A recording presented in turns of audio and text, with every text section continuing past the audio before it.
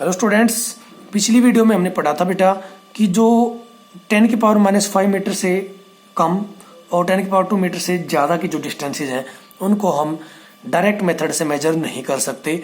उनको मेजर करने के लिए हमें कुछ इनडायरेक्ट मेथड्स का यूज़ करना पड़ता है। तो उन इनडायरेक्ट मेथड्स को हम यहाँ पढ़ रहे हैं। तो जो फर्स्ट इनडायरेक्ट मेथड आता है वो क्या है? Echo method.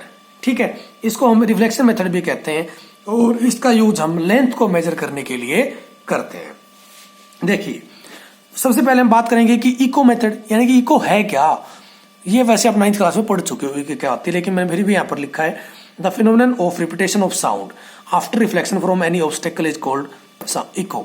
ओके, देखिए बेटा, आपने कभी ऑब्जर्व किया हो, ध्यान दिया हो कि आप कभी किसी ऊंची बिल्डिंग के साइड में खड़े होकर बोल रहे होते हैं, किसी पहाड़ के नजदीक जाकर बोल रहे होते हैं, या किसी बड़े कमरे में बोल रहे होते हैं, तो आपको कुछ देर बाद अपनी साउंड आपको वापस सुनाई देती है। ठीक है, उसको हम क्या कहते हैं? इको। जो साउंड हमें वापस प्रत्युत्तर में सुनाई देती है उस साउंड को हम क्या कहेंगे? इको। ठीक है, तो आपको आई थिंक इको पता है, मैंने फिर भी यहां पर बताया।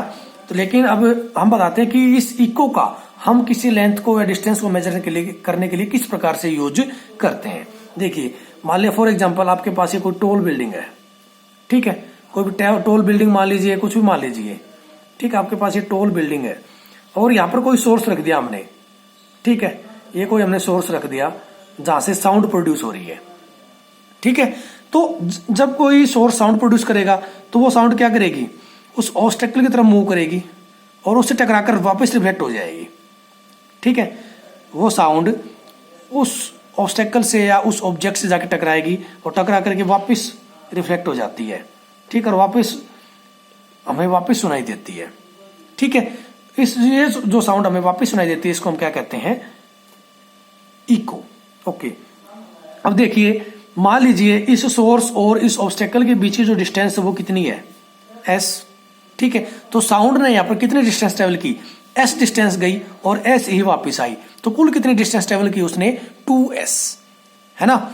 और उसको टाइम कितना लगा? सोर्स से जब साउंड प्रोड्यूस हुई उससे उस ऑब्जेक्ट तक जाने का टाइम प्लस में वापस आने का टाइम। ठीक है, साउंड प्रोड्यूस होने से इको सुनाई देने तक का जो टाइम है वो हमारा क्या कहलाता है? यहाँ पर टाइम इंटरवल। ठीक है, जैसे मैं अभी बोल रहा हूं, मुझे मेरी यही साउंड वापस सुनाई दे, तो जैसे मैंने बोला उस टाइम से लेकर मुझे वापस मेरी साउंड सुनाई देने तक का जो समय है वो क्या कहलाएगा? यहाँ पर हमारा टाइम पीरियड। ठीक है, तो देखिए आगे हमने क्या लिखा है यहाँ पर। In echo method sound is produce from a place. कहता है कि इको मेथड के अंदर हम क्या करते हैं? किसी एक जगह से साउंड प्रोड्यूस करते हैं and time interval after which its echo is observed. कहता है कि और टाइम इंटरवल कहां तक का मेजर करते हैं? जब हमें उसकी इको सुनाई देती है वहां तक के टाइम को हम टाइम पीरियड के रूप में मेजर करते हैं। Is measured. Okay, let this time interval is T. मान लीजिए टाइम कितना है? टी। इस साउंड का सोर्स से ऑब्जेक्ट और ऑब्जेक्ट से वापस आने तक का जो टाइम लगा वो कितना मान लिया हमने? टी। ठीक है, let this time interval is T.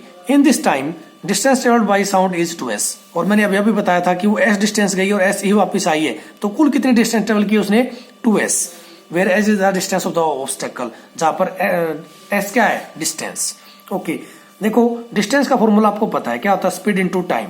कई बच्चों को ये ध्यान नहीं रहता, तो इसे याद कर लें कि स्पीड का फॉर्मूला क्या रहता है? डिस्टेंस अपॉन टाइम, है ना।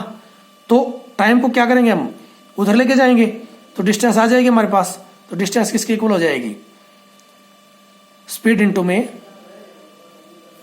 टाइम।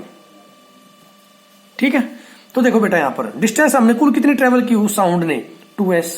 ठीक है, let speed of sound is v। ठीक है, हमें उस क्या बोलते हैं साउंड की स्पीड कितनी मान ली? v।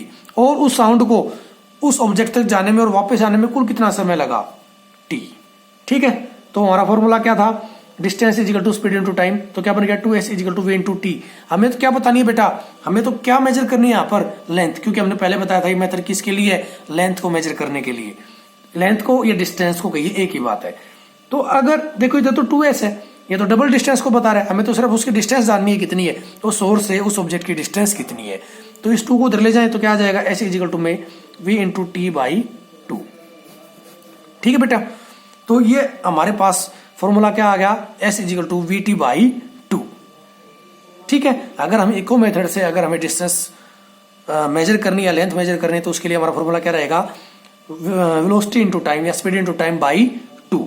ठीक है, तो बहुत ही सिंपल था, बहुत ही इजी था। आई थिंक समझ में आया होगा। इसको ध्यान से समझिए और अपने नोटबुक के अंदर नोट कर लीजिएगा। Thank you.